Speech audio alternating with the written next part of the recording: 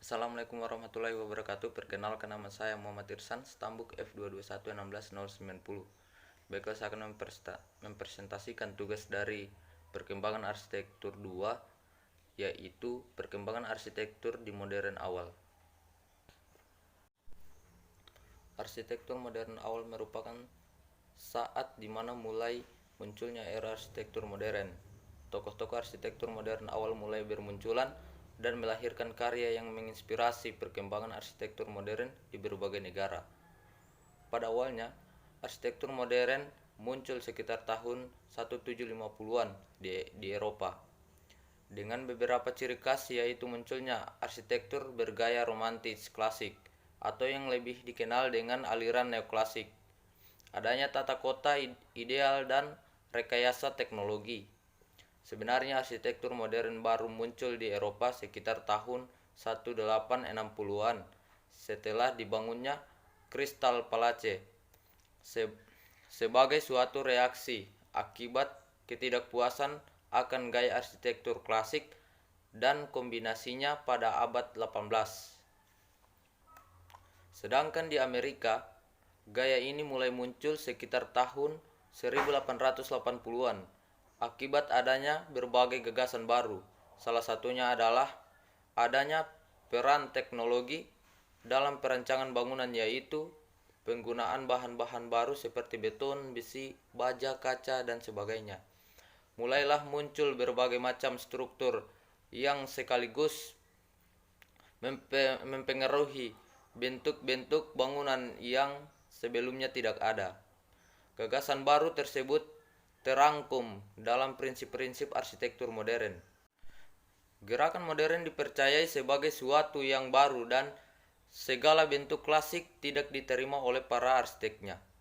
Pada umumnya, arsitektur modern sengaja menciptakan pandangan yang mencerminkan ide tentang masyarakat industri, berdasarkan kesederajatan, dan biasanya mempunyai sikap untuk memperbaiki hal-hal yang dianggap salah di masa lalu. Arsitektur modern yang mulai muncul pada sekitar tahun 1750 di Eropa mempunyai beberapa tanda, antara lain: 1. Kehadiran arsitektur modern seiring dengan sedang munculnya romantis klasik. Istilah populernya adalah neoklasik.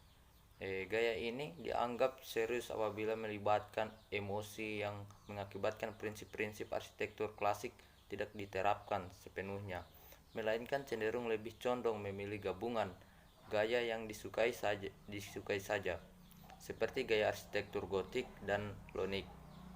Kedua, adanya tata kota ideal, karena sejak 1750 timbul suatu masalah yang banyak tempat kumuh. Hal ini membangkitkan gagasan kota ideal yang menyangkut polis, yang merupakan komponen masyarakat yang diatur sehingga hidup selaras dan seimbang.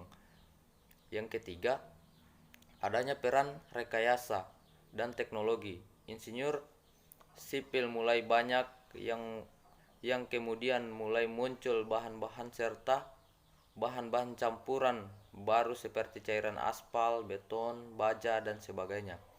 Hal ini mempengaruhi pembangunan, terutama pada struktur bangunan, sehingga mulai muncul bentuk-bentuk baru, baik itu struktur ataupun penampakannya. Sebenarnya arsitektur modern baru muncul sekitar tahun 1860-an di Eropa dengan bangunan pertama, yaitu Crystal Palace. Bentuk-bentuk yang digunakan merupakan bentuk-bentuk rasional, yaitu kaku, biasanya berbentuk kotak, terlihat masif, dan jarang terdapat ornamen-ornamen penghias seperti halnya pada gaya-gaya atau aliran-aliran sebelumnya. Penerapan bahan-bahan baru dapat terlihat pada bangunan ini seperti bangunan struktur besi, baja, dan kaca, serta beton. Sedangkan di Amerika, arsitektur modern mulai muncul sekitar tahun 1880-an, di mana banyak dibangun gedung-gedung bertingkat tinggi dengan struktur yang menggunakan bahan-bahan baru hasil fabrikasi, terutama bahan baja. Prinsip-prinsip arsitektur modern antara lain: satu, sistem firmitas atau sistem kekokohan, di mana tiang dan lantai merupakan satu kesatuan atau saling mengikat. Ada pondasi dan penghubung, lantai dasar sebagai pengikat konstruksi. Jadi pada arsitektur modern ini lebih menonjolkan pada bentuk-bentuk yang dianggap kokoh. Adanya yang kedua, adanya penggunaan bahan hasil fabrikasi untuk menutup atau kulit bangunan. Karena adanya revolusi industri yang banyak menyebabkan penggunaan bahan-bahan pabrik menjadi tren saat itu, bahan-bahan yang banyak digunakan pada saat itu yaitu bahan-bahan baru seperti besi, baja, beton, dan kaca. Para arsitek pada saat itu sedang gemar-gemarnya menggunakan bahan-bahan bahan-bahan besi, baja, dan beton dan kaca. Terdapat sistem grid pada denah, tidak mempunyai pusat tertentu dan bentuknya biasanya asimetris. Di sini denah sudah lebih kaya akan bentuk dan tidak berbentuk simetris seperti pada denah-denah bangunan berlantai klasik sebelumnya, dan tidak mempunyai pusat-pusat tertentu. Yang keempat, selalu ada bukan lubang-lubang, karena pada saat itu arsitek sudah mulai memikirkan bagaimana menciptakan bangunan yang sehat, yang diantaranya dengan menggunakan banyak bukaan seperti ventilasi sebagai sirkulasi udara agar udara lebih nyaman di dalamnya. Yang kelima, alam dipinjam atau dipasang agar terlihat sebagai ornamen tapi tidak menjadi bagian dari bangunan. Di bangunan-bangunan modern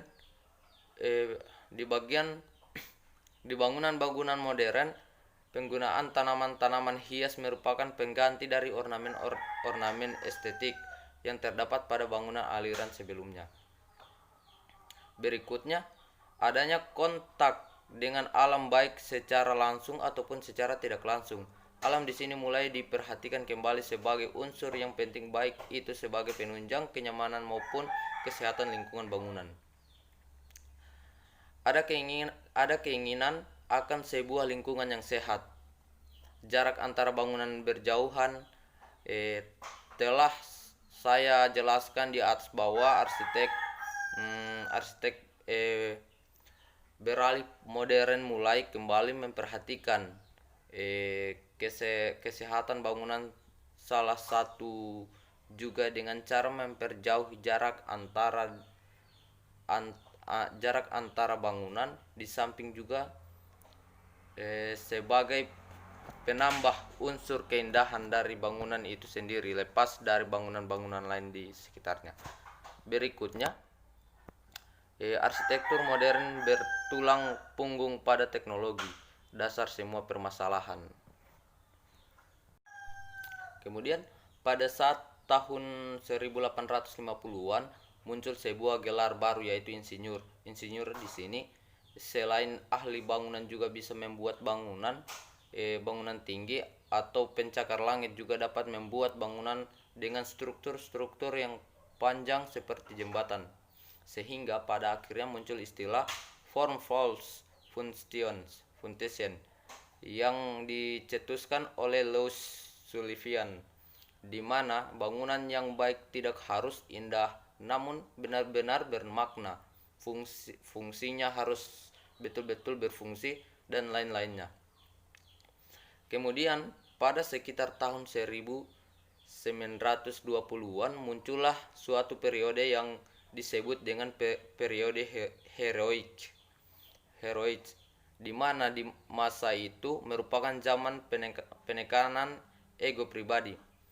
Selain itu sudah berkurang ornamen-ornamen yang menghias bangunan, namun ornamen-ornamen di sini berfungsi sebagai pemberi status, fungsi, dan diletakkan di tempat-tempat tertentu. Sehingga kesimpulannya adalah bahwa di masa ini telah terjadi penyederhanaan ornamen-ornamen. Di sini masa-masa bangunan juga dibuat ekspresif namun menggunakan bahan-bahan atau pabrik sehingga mempunyai ekspresi yang khas, contohnya penggunaan bentuk-bentuk melengkung dan skylight. Nah, pada tahun 1920 hingga 1930, bangunan yang diciptakan kebanyakan adalah bangunan-bangunan tinggi atau bangunan-bangunan pencakar langit. Karena pada saat itu ada anggapan bahwa semakin tinggi sebuah bangunan semakin hebat. Di Jerman pada saat itu ada istilah Neue atau Neue Zakilizehet di Belanda, yaitu sebuah sifat objektif yang baru. Dan di daerah Skandinavia yang pada saat itu tidak tersentuh oleh dinamika politik yang tengah memanas di Eropa Tengah, mengakibatkan gerakan modernnya berbeda dengan di daerah Eropa Tengah tersebut. Bentuk-bentuk bangunan di sana mengalah pada landscape atau alam. Sekitar tahun 1970-an, dunia telah berubah dan kesemuanya diatur oleh Amerika. Kemudian timbul perang dingin, yaitu antara blok barat yang lebih menekankan industrialis dan blok timur yang sangat tertutup sehingga disebut dengan tirai besi. Namun pada saat itu setiap negara mempunyai program-program pembangunan sendiri. Pada saat itu di Amerika terdapat 3 karakter yang mempengaruhi karya-karya arsitektur, di antaranya adalah formalis seperti Paul Rudolph yang lebih mengutamakan ekspresi bentuk, kemudian perfeksionis seperti IMPI di mana lebih mengutamakan kesempurnaan setiap detail dan bentuk. Sedangkan yang terakhir yaitu produktivitas yang lebih mengutamakan pada kemajuan teknologi, efisiensi dan optimalisasi. Di Belanda, arsitek-arsitek di sana kembali meneruskan gaya arsitektur modern lama, metabolisme dan split level seperti yang dilakukan oleh Le Corbusier dan Van der Groot. Di Prancis banyak menggunakan teknologi logam seperti pembangunan Menara Eiffel. Jadi anggapan di sana bahwa bangunan yang menarik yaitu bangunan yang bisa dirakit. Di Jerman lebih mengutamakan pengekspresian bentuk-bentuk manufaktur, bangunan yang bisa dirakit serta mengutamakan bentuk-bentuk yang ekspresif. Di Skandinavia, Alvaro Aalto sebagai arsitek penggerak di sana lebih mengutamakan bentuk-bentuk konservatif dan bangunan harus mempunyai unsur-unsur alam. Nah, sedangkan di Asia seperti di Jepang lebih mengutamakan bentuk-bentuk formalis dan metabolis yang digerakkan oleh Kenzo Tange. Sedangkan di India dipengaruhi oleh Le Corbusier dan Charles Correa yang mengutamakan bangunan-bangunan arsitektur tropis.